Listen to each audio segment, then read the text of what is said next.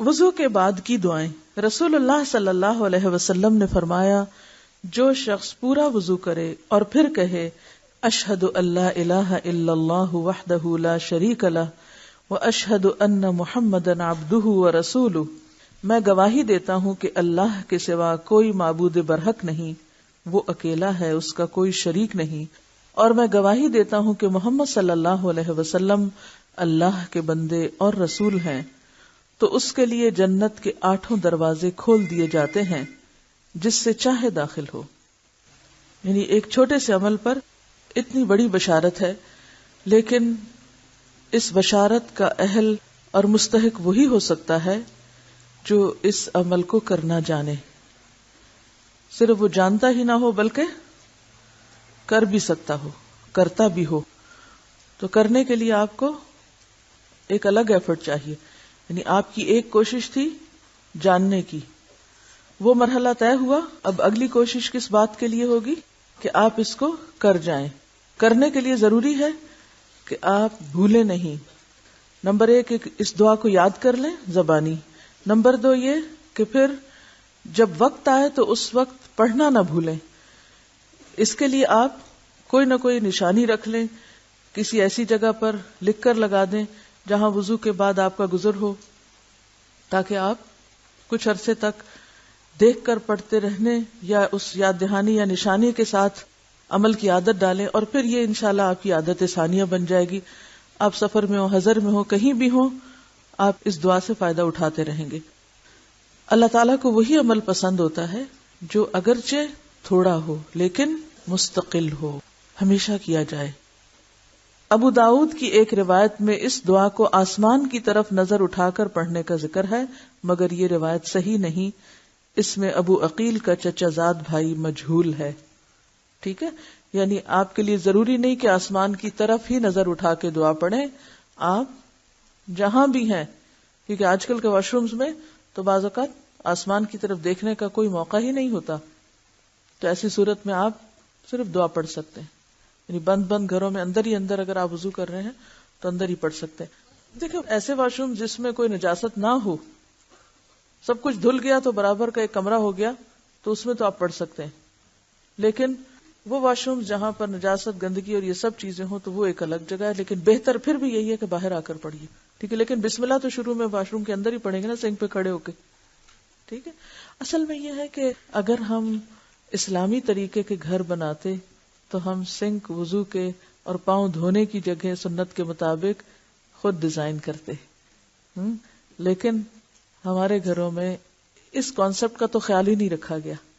حالانکہ کیا مشکل ہے، ٹوائلٹ کو الگ کر دیں، وضو کی جگہ الگ کر دیں.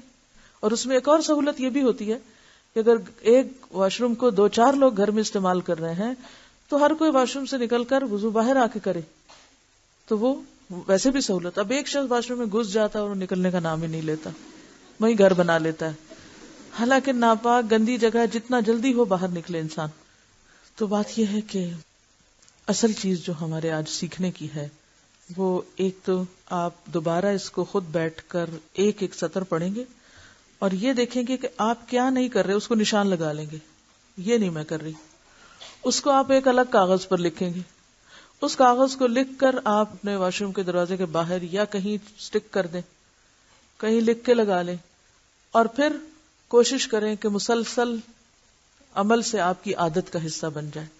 خاص طور پر یہ دعا کتنا مختصر عمل ہے مگر کتنے بہترین اجر کا سبب ہے کہ اس دعا کے پڑھنے والے کے لیے جنت کے 8 دروازے کھول دیے جاتے ہیں. دن میں 5 دفعہ آپ وضو کم از کم کرتے ہیں، 5 دفعہ یہ دعا پڑھیے. ان بٹوین اگر اللہ نے واپس بلا بھی لیا تو غم کی بات نہیں، انشاءاللہ 8 دروازے کھلیں گے انشاءاللہ تعالی.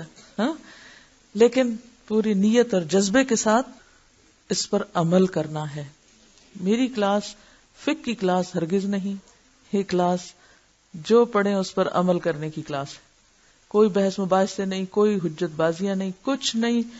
جو سیکھا ہے وہ کرنے کی کوشش ہے. تو آج آپ کیا کریں گے؟ جو نہیں کر رہے اس کی چیک لسٹ بنا لیں، اور جو کرنا ہے اس کو لکھ کے کہیں لگائیں اور اس کو کر کے دکھائیں. وضو کے بعد یہ دعا بھی پڑھیں: سبحانک اللہم و بحمدک اشہد ان لا الہ الا انت استغفرک و اتوب الیک۔ اے اللہ، تو اپنی تمام تعریفات کے ساتھ ہر عیب سے پاک ہے، میں گواہی دیتا ہوں کہ تیرے سوا کوئی سچا معبود نہیں ہے، میں تجھ سے بخشش مانگتا ہوں اور تیرے حضور توبہ کرتا ہوں۔ ان دونوں دعاؤں کو مل کر پڑھیے۔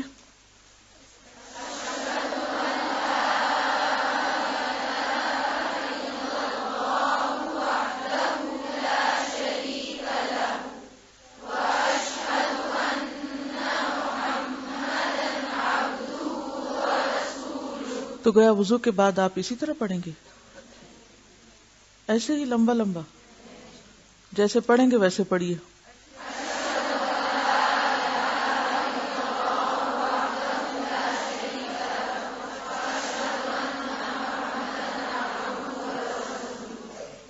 کیونکہ اگر آپ صرف ہر چیز لمبا پڑھنے کی عادت ڈال بیٹھی تو پھر جب عمل کا وقت آئے گا تو آپ کر نہیں سکیں گی، تو نیچرل رہیے۔ دوسری دعا پڑھیے۔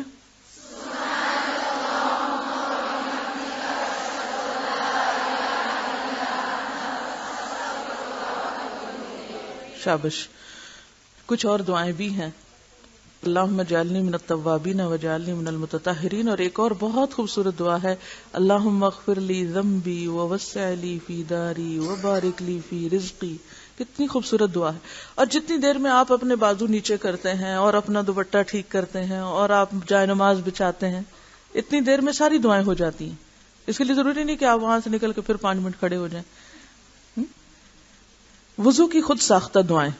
رسول اللہ صلی اللہ علیہ وسلم کی سنت سے وضو کے شروع میں بسم اللہ اور بعد میں شہادتین کا پڑھنا ثابت ہے۔ شہادتین کیا ہے؟ یہی دعا نمبر 1، اشہد ان لا الہ الا اللہ اور اشہد ان محمدن عبدہ ورسول۔ شہادتین تسنیہ کسی گئی نہیں، 2 شہادتیں، 2 گواہیاں، اللہ کی وحدانیت کی اور نبی صلی اللہ علیہ وسلم کی رسالت کی۔ لیکن بعض لوگ وضو میں ہر عضو دھوتے وقت ایک ایک دعا پڑھتے ہیں، اور وہ دعائیں مروجہ کتب نماز میں پائی جاتی ہیں۔ واضح ہو کہ یہ دعائیں سنت پاک اور صحابہ کرام کے عمل سے ثابت نہیں ہیں۔ اللہ تعالیٰ نے جب اپنے رسول صلی اللہ علیہ وسلم پر دین مکمل کر دیا تو پھر دینی اور شرعی امور میں کمی بیشی کرنا کسی امتی کے لیے ہرگز جائز نہیں۔ امام نووی رحمۃ اللہ علیہ فرماتے ہیں، ہر عضو کے لیے مخصوص اذکار کے بارے میں رسول اللہ صلی اللہ علیہ وسلم سے کوئی چیز ثابت نہیں۔ تو اس سے کیا پتہ چلتا ہے کہ پھر ایسی چیزوں کی پابندی لازم نہیں۔ اگر کوئی کرتا ہے تو وہ اس کا ذاتی عمل ہے، لیکن کتابوں میں لکھ کے اس کو چھاپ کے دوسروں کو اس کا پابند کرنا اور مشقت میں ڈالنا، یہ زیادتی کی بات ہے۔ مثلاً اگر دل کے گہرے احساس سے ہاتھ دھوتے وقت یا چہرہ دھوتے وقت کوئی اپنے لیے آپ کے دل سے دعا نکل آئی، کیونکہ دعا کیا ہے اصل میں؟ اللہ تعالیٰ کے ساتھ ایک گہرا تعلق، محبت کا ایک اظہار، یعنی دعا تعلق کو ظاہر کرتا ہے کہ یا رب ہم تجھے ہر وقت یاد کرتے ہیں، ہر موقع پہ یاد کرتے ہیں اور تیری مدد کے محتاج رہتے ہیں۔ تو اگر اس جذبے اور احساس کے ساتھ کوئی چیز آپ کے دل سے نکل آتی ہے، وہ ایک الگ بات ہے۔ یعنی چہرہ دھوتے وقت اگر آپ کہتے ہیں یا اللہ میرے چہرے کو آگ سے بچانا، یا یہ کہ یا رب میری عیب دور کر دے، یا کوئی ایسی بات جو آپ کے دل کے اندر ہے اور وہ آپ کی زبان پہ آ گئی، تو اس میں تو ممانعت نہیں۔ لیکن اپنے پاس سے اپنی بات کو دین بنا کے دوسروں کو اس کی پابندی کروانا اور دوسروں پر لازم کر دینا، یہ دین میں مشقت پیدا کرنے کا باعث ہے۔ تو اس سے بچنے کی ضرورت ہے۔ وضو کے دیگر مسائل۔ وضو کے اعضاء کا 2 بار اور 1 بار دھونا بھی آیا ہے، یعنی پیچھے تو ہم نے 3 بار کا پڑھا، لیکن بعض روایات میں 2 دفعہ دھونے کا ذکر بھی ملتا ہے اور حتیٰ کہ 1 بار کا بھی۔ نبی صلی اللہ علیہ وسلم اور صحابہ کرام رضی اللہ عنہم کا اکثر عمل 3 بار دھونے پر رہا ہے۔ ابن حزم رحمۃ اللہ علیہ فرماتے ہیں کہ سب علماء کا اتفاق ہے کہ اعضاء کا 1 بار دھونا بھی کافی ہے۔ اب اس میں کنٹرڈکشن نہیں، تضاد نہیں، وسعت ہے۔ کیا زیادہ تر روایات کس کے بارے میں ہے یا زیادہ عمل کیا ہے؟ 3 بار دھونے کا، لیکن 2 بار اور 1 بار کا بھی ثبوت ملتا ہے، جس کا مطلب یہ ہے کہ اگر کوئی 1 بار دھوئے تو بھی کافی ہے، اور اگر کوئی 3 دفعہ تک جاتا ہے تو بہت اچھا ہے، افضل ہے. ایک ہے کفایت کا درجہ کہ کافی ہے، 1 دفعہ دھونا کافی ہے، ہو گیا وضو. اور ایک ہے فضیلت کا درجہ کہ 3 بار آپ دھوئیں. لیکن اگر آپ 3 سے آگے بڑھتے ہیں تو یہ کس میں آتا ہے؟ زیادتی میں آتا ہے. جیسے حدیث میں آتا ہے کہ فقد اساء وظلم، اس نے برا کیا، ظلم کیا. کہ کوئی کہے صحابہ تو 3 دفعہ دھوتے تھے، میں ان سے بھی نیک بنتا اور 4 بار دھو رہا ہوں یا 5 بار دھو رہا ہوں، تو یہ درست نہیں. ہاں کوئی صابن لگ جائے ضرورتاً، اگر آپ کو 3 سے زیادہ دفعہ دھونا پڑ گیا، مثلا کوئی داغ لگا ہوا تھا یا کوئی صابن اتر نہیں رہا یا آنکھوں میں صابن چلا گیا اور آپ کو 1 چھینٹا اور ڈالنے کی ضرورت ہے، تو اب آپ کہیں نہیں وہ تو زیادتی ہو گئی، اب مجھے اسی طرح ہی رہنا ہے، تو یہ زیادتی ہے. پھر یہ ایک دوسری انتہا ہے. لیکن آپ کے ذہن میں یہ ہو کہ اصل وضو بس 3 دفعہ تک ہے. بعض لوگوں کو وہم کی بیماری ہوتی ہے، وہ کئی بار دھوتے چلے جاتے ہیں.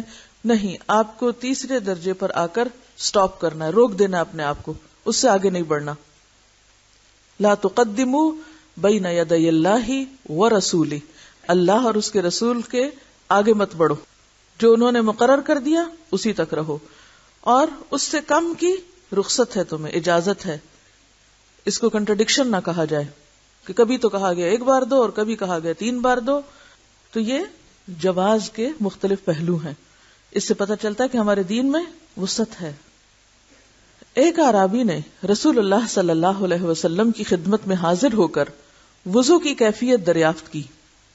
ایک دیہاتی تھا، آیا، پوچھا وضو کیسے ہوتا ہے. تو آپ نے اسے اعضاء کا 3 بار دھونا سکھایا اور فرمایا اس طرح کامل وضو ہے. پھر جو شخص اس 3 بار دھونے پر زیادہ کرے پس تحقیق اس نے برا کیا، اساء، اور زیادتی کی، یعنی حد سے بڑھ گیا، اور رسول اللہ صلی اللہ علیہ وسلم کی مخالفت کر کے اپنی جان پر ظلم کیا.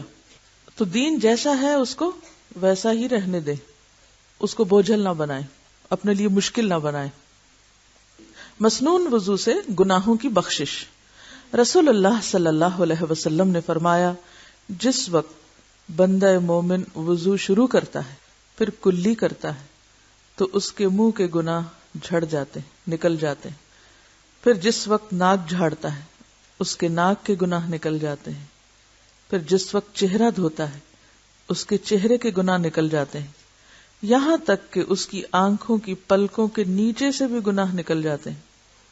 چہرہ دھوتے وقت گناہ داڑھی کے کناروں سے بھی گرتے ہیں، اور جس وقت وہ ہاتھ دھوتا ہے تو اس کے دونوں ہاتھوں سے گناہ نکل جاتے ہیں، یہاں تک کہ وہ دونوں ہاتھوں کے ناخنوں کے نیچے سے بھی نکل جاتے ہیں. پھر جس وقت مسح کرتا ہے تو اس کے سر سے گناہ نکل جاتے ہیں، یہاں تک کہ دونوں کانوں سے بھی نکل جاتے ہیں. پھر جس وقت پاؤں دھوتا ہے تو اس کے دونوں پاؤں سے گناہ نکل جاتے ہیں، یہاں تک کہ دونوں پاؤں کے ناخنوں کے نیچے سے بھی نکل جاتے ہیں. پھر جب اس نے نماز پڑھی، اللہ کی تعریف، ثنا اور بزرگی بیان کی اور اپنا دل اللہ کی یاد کے لیے فارغ کیا، تو وہ گناہوں سے اس طرح پاک ہو کر لوٹتا ہے جیسے وہ اس دن پاک تھا جب اسے اس کی ماں نے جنا تھا. اب اس میں 2 کام ہے کرنے کے. ایک تو یہ حدیث ان سب کو سنائیں جنہیں وضو مشکل لگتا ہے، جو وضو میں سستی کرتے ہیں. عموماً بچوں کو، بچے کیا بڑے بھی، وضو ان پہ بہت بھاری ہوتا ہے. حالانکہ وضو پہلا درجہ ہے، اگر وضو ہو جائے تو نماز پر مشکل نہیں رہتی. آپ نے دیکھا کہ جب آپ کو وضو ہوتا ہے تو آپ کو نماز آسان لگتی، لیکن اگر وضو بھی کرنا ہو، نماز پڑھنا ہو، تو پھر نماز بھی بھاری لگنے لگتی. تو اگر کسی کو یہ یاد رہ جائے کہ اس طرح میرے گناہ دھلتے ہیں، صرف ظاہری طور پر میل ہی نہیں اتر رہی بلکہ اندر کی روح کی دھلائی بھی ہو رہی ہے، باطن کی طہارت بھی ساتھ ہی ہو رہی ہے، گناہ بھی دھل رہے ہیں، تو اس سے یہ عمل اور زیادہ دلچسپ بن جاتا ہے، آسان ہو جاتا ہے، خوشی کا باعث ہوتا ہے. مثلاً آپ اپنے واش روم کے دروازے کے باہر ایک جملہ لکھ کے لگا سکتے اپنے لیے کہ میں اپنے گناہ دھونے جا رہی ہوں. تو ہو سکتا ہے کہ جب اس پر آپ کی نظر پڑے تو آپ وضو کرتے وقت ایک خاص احساس کے ساتھ وضو کریں اور اس میں آپ کو خوشی نصیب ہو. یعنی کام تو ہمیں کرنا ہی ہے، مصیبت کے مارے بھی کرنا ہے، بیزاری سے بھی کرنا ہے اور خوشی سے بھی کرنا ہے. تو کیوں نہ اللہ کی عبادت میں خوشی ہو. اب دیکھیے کہ ہمارے جتنے بھی نیک عمل ہیں وہ دراصل کیا ہے؟ ایک خوبصورت تحفہ ہے اللہ تعالیٰ کے حضور. خواہ وضو ہے یا نماز ہے، یہ کیا ہے؟ ایک گفٹ ہے آپ کا. آپ ذکر کرتے ہیں، اللہ کو یاد کرتے ہیں، آپ وضو کرتے ہیں، آپ نماز پڑھتے ہیں، آپ صدقہ دیتے ہیں، یہ ساری چیزیں کیا ہیں؟ تحفہ. یا نہیں؟ کس کو دیتے ہیں کر کے؟ کس کے پاس بھیجتے ہیں؟ کس کے لیے کرتے ہیں؟ کیا کہتے ہیں؟ ایاک نعبد، صرف تیرے لیے کر رہے ہیں. ایسے ہی ہے نا، صرف تیرے لیے کر رہے ہیں، گویا تجھے کر کے دے رہے ہیں. تو تحفے کیسے ہونے چاہیے؟ کس جذبے سے دیے جانے چاہیے؟ کس شکل میں دیے جانے چاہیے؟ کوئی پتہ نہیں، کبھی دیا ہو تو پتا ہو. پسندیدہ شکل میں. مسنون عمل پسندیدہ عمل ہے نا، اس لیے اس وقت مسنون کی بجائے آپ پسندیدہ شکل بتائیے، پسندیدہ، خوبصورت، احسن اور دل کی خوشی کے ساتھ. لیکن جب آپ کسی کام کو بے روح طریقے سے کرتے ہیں تو وہ کیسا ہو جاتا ہے؟ یہ ایسا ہی ہے، آپ کسی کو مثلاً بکری کا تحفہ دینا چاہتے ہیں، 40 خصلتوں میں سے اعلیٰ ترین خصلت بکری دینا ہے کسی کو دودھ پینے کے لیے، وقتی تحفہ چاہے. لیکن اگر بکری کی روح نکل جائے اور آپ وہ بکری کسی کو دینے کو جائیں، مردار بکری، تو کیسا لگے گا؟ ہاں، قبول کرے گا کوئی اس کو؟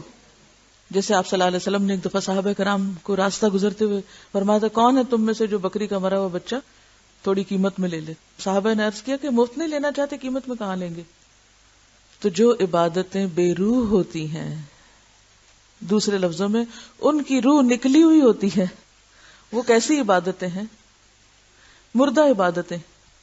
تو مردہ تحفے کس قسم کے تحفے ہیں؟ کر رہے ہیں اس لیے کہ حکم ملا ہے کرنے کا، اب فرض ادا کرنا ہے، اس لیے وضو کرنا ہے، اس لیے نماز پڑھنی ہے، نہ اللہ کی یاد اس میں، نہ خشوع اس میں. تو یہ بے روح عبادتیں بے روح لاشوں کی طرح ہیں جو ہم اللہ کے حضور پیش کرتے رہتے ہیں، اور پھر توقع کیا رکھتے ہیں کہ ہمیں اس پر کیا ملے؟ انعام. واہ، کسی کو آپ دیں ایسا تحفہ اور کہیں اس پر دے مجھ کو انعام. لیکن ہم سوچتے نہیں، غور نہیں کرتے. تو ہم جو بھی عمل کر رہے ہیں، چھوٹا کریں یا بڑا، اس کے پیچھے روح لائیں، اس میں محبت شامل کریں، اس میں ایک نیت شامل کریں، اس میں ایک جذبہ لائیں، تو انشاءاللہ دنیاوی اعتبار سے بھی وہ عمل کیسا ہو جائے گا؟ خوشگوار ہو جائے گا، آسان ہو جائے گا، اور اللہ کے ہاں قبولیت کے اعتبار سے بھی بہترین ہو جائے گا. ہو سکتا ہے یہ حدیث آپ کو پہلے بھی پتا ہو، بہت سی چیزیں آپ پہلے سے جانتی ہوں گی، اسی لیے آپ کے اس کورس کا مقصد محض معلومات میں اضافہ نہیں، معلومات میں اضافے کی پختگی، کیونکہ علم کے لیے پختگی بہت ضروری، پختگی، صحیح فہم اور اس پر صحیح عمل، اور پھر عمل کے اندر خوشبو، روح، جان، جذبہ، شوق، یہ ساری چیزیں لانا مقصود ہے. اور یہ ہو نہیں سکتی جب تک کہ انسان اپنے آپ کو بار بار اس کی یاد دہانی نہ کراتا رہے. بہرحال تو اب یہ ہے کہ آپ جب وضو کریں تو یہ سوچ کے کریں کہ میرے گناہ نکل رہے ہیں، جھڑ رہے ہیں، اس لیے دوڑ دوڑ کے کریں.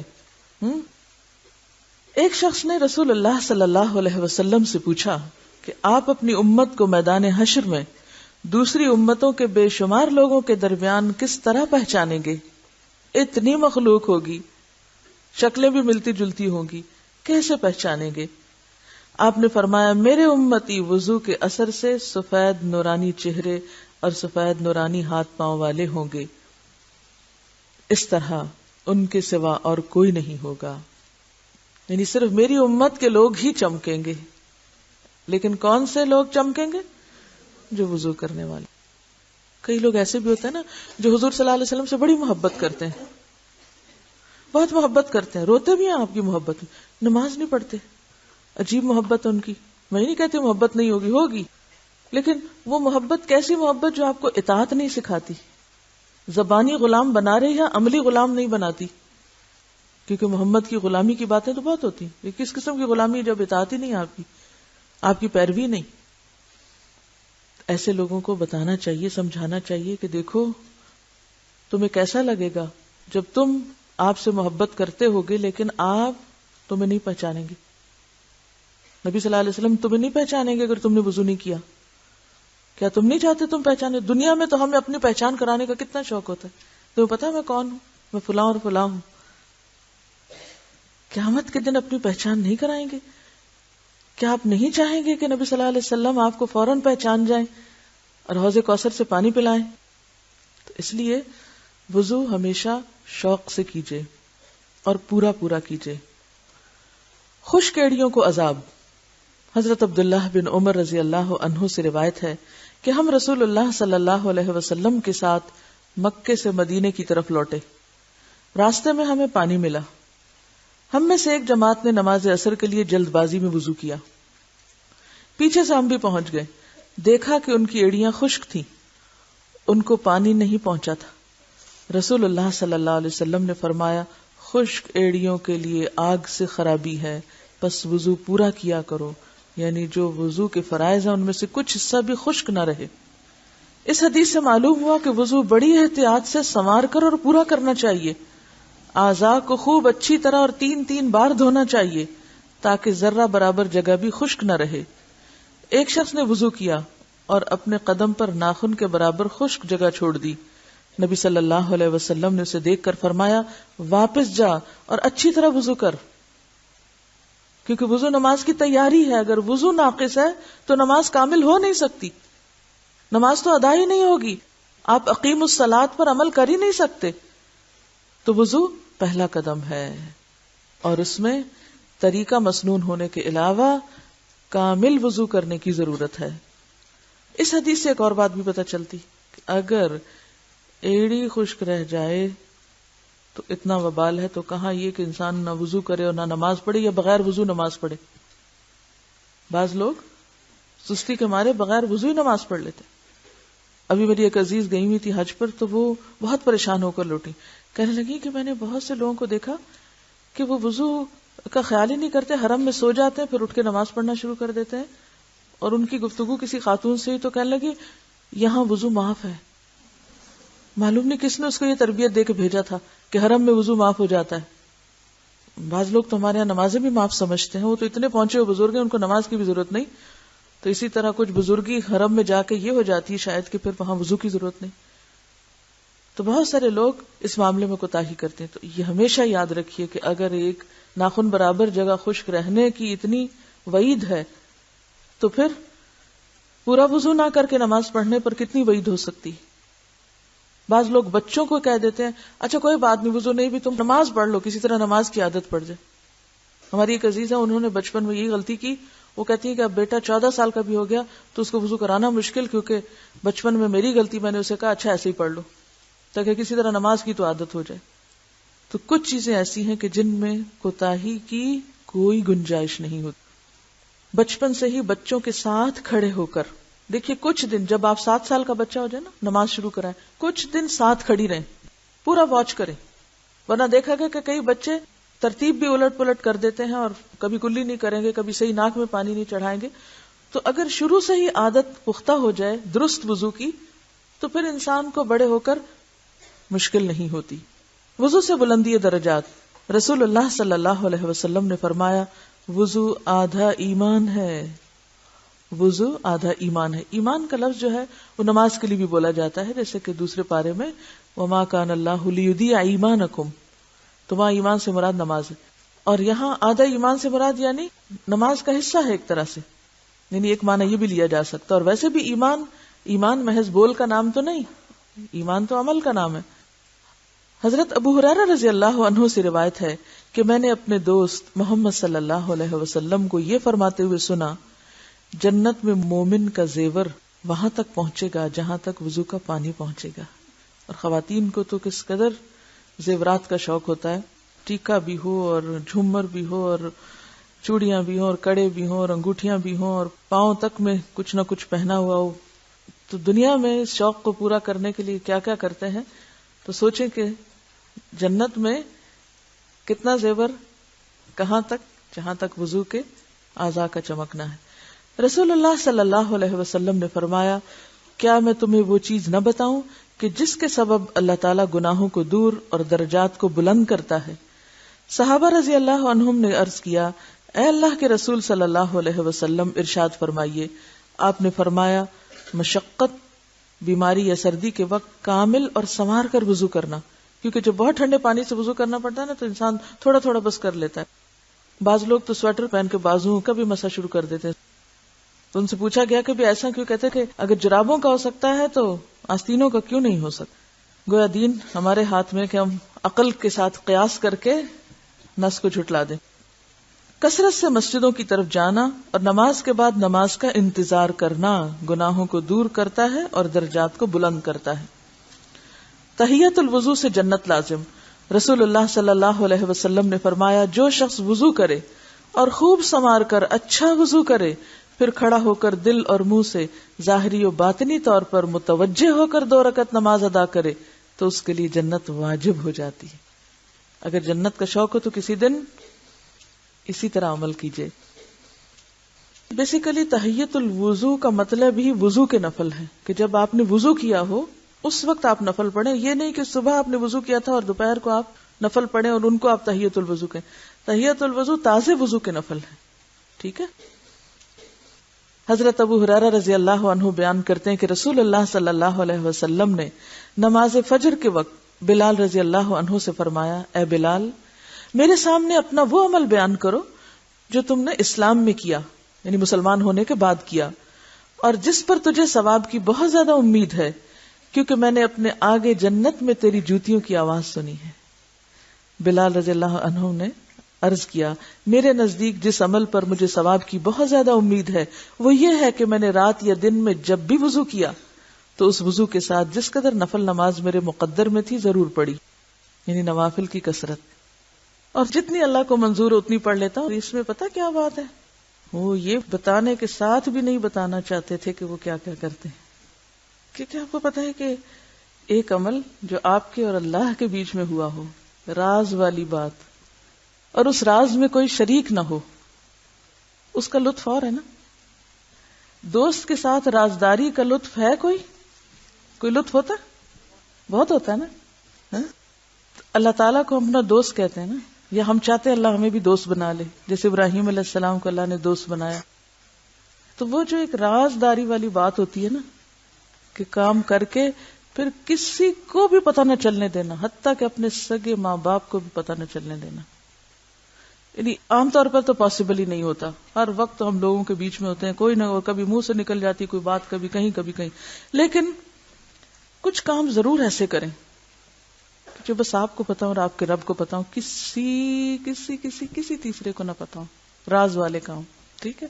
اب آپ اپنی ڈائری میں آج کا کیا کر سکتے، لکھ سکتے راز والے کام، بس اتنا سے لکھ. کوئی اور پڑھے گا تو وہ کہے گا وہ کون سے ہیں. اچھا راز والے کام. اچھا راز والے کام ہو گئے. کیونکہ ہوتا پتہ کیا ہے، جو ہی ہم کوئی اچھا سا کام کر لیتے ہیں نا شیطان ہمارے پیچھے لگ جاتا ہے. وہ پہلے ہمیں اس درجے پہ لاتا ہے اچھا کسی کو بتا دو، منہ سے نکلواتا ہے، اب نکال بیٹھتے ہیں. اب چونکہ ہم ایکسپوز ہو گئے اب اس کے لیے حملہ آسان ہو گیا. اب اس کے ساتھ ہماری نیت خراب کرتا ہے کہ تعریف ہونی چاہیے، اب تمہاری تعریف کی طلب ہوتی. اچھا تعریف کسی نے کی نہیں، پھر ہم تھوڑے سے اندر ہی اندر گھٹنے لگتے ہیں.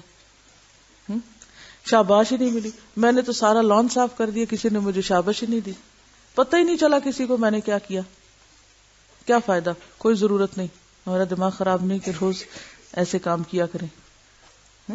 کوئی راہ جاتے ٹشو اٹھا لیا، کسی نے دیکھا ہی نہیں میں ٹشو اٹھایا، کسی نے شاباش ہی نہیں دی.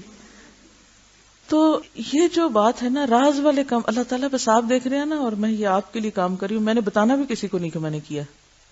یہ آپ کو ایسی خوشی دے گا اگر آپ اس میں کامیاب ہو جائیں، ایسی ایمان کی لذت اور حلاوت نصیب ہوگی. کیونکہ دا مومنٹ آپ ڈھکن اٹھاتے ہیں تو گرد پڑنے لگتی، مکھی آ جاتی ہے، اور وہ چیز اتنی صاف نہیں رہتی. بالکل ایسے ہی جیسے ایک چیز پوری طرح ریپ کی ہوئی ہے اور محفوظ ہے، اور ایک چیز کھلی ہوئی ہے. تو کھلی ہوئی چیز بہرحال خطرے میں ہے. کھلا ہوا عمل اگرچہ اس کا ایک فائدہ ہے کہ کوئی اور دیکھ کے بھی ہمیں کر لے، لیکن ہمارے دل میں نہ ہو اور نہ ہمیں پتا چلنے کی خواہش ہو کہ کسی کو پتا چلا. جب آپ کے کسی عمل سے لوگوں کو فائدہ پہنچتا ہے اور لوگوں کو یہ پتہ ہی نہیں ہوتا کیا کس نے، تو پھر آپ کے اور رب کا معاملہ ہوتا ہے نا، وہ اتنی خوشی سی اندر آنے لگتی ہے کہ الحمدللہ اللہ نے مجھے توفیق دی اور مجھ سے یہ کام لے لیا، اور پھر اس پر بھی شکر اللہ کا. ٹھیک ہے. دیکھیں جتنا جتنا انسان اونچا جاتا ہے نا اتنا ہی مصیبت میں پڑتا جاتا ہے. دیکھیں آپ طالب علم میں بڑے امن میں ہیں، میں یہاں ہوں میں بڑے خطرے میں ہوں، بہت سخت خطرے میں ہوں میں یہاں بیٹھ کے. کیوں؟ جب یہاں کوئی بندہ بیٹھ جاتا ہے نا تو اس کی سخت آزمائش شروع ہو جاتی ہے. اس کے دل میں کیا آتا ہے، کیا طلب پیدا ہوتی ہے، اب یہ ذرا میری تعریف کریں، یہ میرا ادب کریں، یہ میرا شکریہ ادا کریں، یہ میری تعظیم کریں. اور اگر انہوں نے کی نہیں، اس طالب علم نے تو کبھی مجھے مسکرا کے بھی نہیں دیکھا.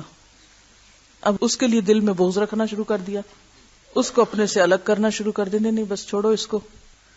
ایسی کیفیات پر قابو پانا بہت سخت امتحان ہوتا ہے انسان کا، کہ انسان دینے کے بعد اتنا بے نیاز ہو جائے کہ نہ شکریہ مانگے، نہ تعریف مانگے، نہ عزت مانگے، نہ قدردانی مانگے، نہ شاباش مانگے، اور پھر جو لوگ بالکل ہی بے نیاز ہوں ان سے الٹا محبت بھی کرے، ان کو بھی عدل کی نگاہ سے دیکھے. جتنا ایک قدردان طالب علم کو دیکھے اتنا ہی ایک ناقدر طالب علم کو دیکھے. پھر تربیت ہوتی، پھر دین آگے بڑھتا. لیکن آپ دیکھیں نا، میں اس وقت آپ سے ذرا اونچی جگہ پہ بیٹھی ہوئی ہوں کہ تاکہ آپ لوگوں سے میں کمیونیکیٹ کر سکوں، آپ کو دیکھ سکوں، آپ مجھے دیکھ سکیں، تاکہ ہم بہتر طور پہ سیکھ سکیں. لیکن اس کو اگر آپ ایک اور معنی میں لیں نا تو آپ دیکھیں کہ خدا نخواستہ کوئی فزیکلی بھی خطرے کی چیز ہو، کوئی چیز آ کے لگے باہر سے مثلاً، تو آپ تو بیٹھے ہیں نا نیچے، اور نیچے ہی سر کر لیں گے. میں بیٹھی ہوں یہاں، میں تو سب سے زیادہ خطرے میں ہوں. تو اسی مثال سے آپ سمجھ سکتے ہیں کہ آپ ہجوم میں بیٹھے ہوئے نا، اچھے سے اچھے کام کر رہے ہیں، کوئی آپ نوٹس میں نہیں ہے، امن میں ہیں، یہ خطرے کی جگہ ہے. اور بہت سے لوگ اس جگہ کی تمنا کرتے رہتے ہیں اور نہیں پتا کہ وہ کتنا بڑے امتحان کی جگہ ہے. ایک لفظ غلط نکل گیا منہ سے، ایک بات الٹی کر دی، کہاں تک بات جائے گی، ایک غلط بیانی کر دی. آپ کو معلوم ہے وہ جو ایک حدیث تھی کہ ایک شخص جو نکلتا ہے گھر سے اور ایک جھوٹی بات کرتا ہے اور وہ منتشر ہوتی چلی جاتی، کیا شامت ہے اس کی. تو کتنی دفعہ سوچنا پڑتا ہے اور کتنی دفعہ انسان کو اپنا آپ جانچنا پڑتا ہے. تو ہم ایک کٹھن امتحان سے گزر رہے ہیں اس زندگی میں. تو جو نیکی کی توفیق ہو جائے اس پر شکر کیا کریں اور تھوڑا سا پڑھ بھی لیا کریں. ایک وضو سے کئی نمازیں. حضرت برادہ رضی اللہ عنہ سے روایت ہے کہ فتح مکہ کے دن رسول اللہ صلی اللہ علیہ وسلم نے کئی نمازیں ایک وضو سے پڑھی اور موضوع پر مسح بھی کیا. حضرت عمر رضی اللہ عنہ نے عرض کیا، اے اللہ کے رسول صلی اللہ علیہ وسلم، آج کے دن آپ نے وہ کام کیا جو آپ پہلے نہیں کیا کرتے تھے، یعنی پہلے تو ہر نماز کے لیے نیا وضو کرتے تھے. آپ نے فرمایا، اے عمر، میں نے ایسا جان بوجھ کر کیا تاکہ لوگوں کو ایک وضو سے کئی نمازیں پڑھنے کا جواز مل جائے، یعنی آسانی کے لیے، رخصت کے لیے، سہولت کے لیے. دودھ پینے سے کلی کرنا. بے شک رسول اللہ صلی اللہ علیہ وسلم نے دودھ پیا پھر کلی کی اور فرمایا اس میں چکنائی ہے، کیونکہ وہ میں چپ چپ ہو جاتی ہے نا، تو پھر جب آپ نماز پڑھیں قرات کریں تو اس میں آپ کی قرات درست نہیں ہوتی. تو بہتر یہ کہ کلی کر لی جائے، اور اگر نہیں کرے تو اس سے یہ نہیں کہ آپ کو وضو نہیں ہے اور آپ کی نماز نہیں ہے. آپ نے وجہ کیا بتائی کہ اس میں چکنائی ہے، یہ نہیں کہا کہ اس سے وضو ٹوٹ گیا ہے. آپ نے بکری کا شانہ کھایا، اس کے بعد نماز پڑھی اور دوبارہ وضو نہ کیا. یہ حدیثیں کیا بتاتی ہیں کہ کھانا کھانے سے وضو نہیں جاتا. لیکن اونٹ کا گوشت کھایا جو ایک اور حدیث میں آتا ہے، اور اس کے بعد آپ نے وضو فرمایا. صرف اونٹ کے گوشت پر آتا ہے. آپ صلی اللہ علیہ وسلم نے ستو کھائے پھر کلی کر کے نماز پڑھی اور وضو نہیں کیا. کلی کیوں کی؟ تاکہ دانتوں وغیرہ سے اور سارے منہ سے پوری طرح ستو کے ذرات جو ہیں وہ صاف ہو جائیں اور قرات اچھی طرح ہو سکے. ایک اور بات کیجئے کہ جب میں پڑھا رہی ہوں اس وقت توجہ سے پڑھا کیجئے، اور ہر حدیث کے بعد ایک لمحے کے لیے سوچا کیجئے اس میں سے کیا سیکھا میں نے. تو جو باتیں یاد کرنی یہی کر لیا کیجئے. اس کے بعد ایک دفعہ ریوائز کر لیں تاکہ جس دن آپ کا ٹیسٹ ہو اس دن پر آپ پریشان نہ ہو اور آپ کو بخار وغیرہ نہ چڑھے. ٹھیک ہے جی، کوئی بات پوچھیے آپ، کوئی سوال اگر آپ کے ذہن میں ان احادیث سے متعلق ہو. ان کا سوال ہے کہ نماز سے پہلے کے جو نفل عام طور پر ہم پڑھتے ہیں وہ کس میں آئیں گے. تو وہ جو نبی صلی اللہ علیہ وسلم کی ایک اور حدیث ہے کہ اذان اور اقامت کے بیچ میں جو نماز ہے وہ اس کی طرف اشارہ جو عموماً ہم سنت کی شکل میں پڑھتے ہیں. وآخر دعوانا ان الحمد للہ رب العالمین. سبحانک اللہم وبحمدک، نشہد ان لا الہ الا انت، نستغفرک ونتوب الیک.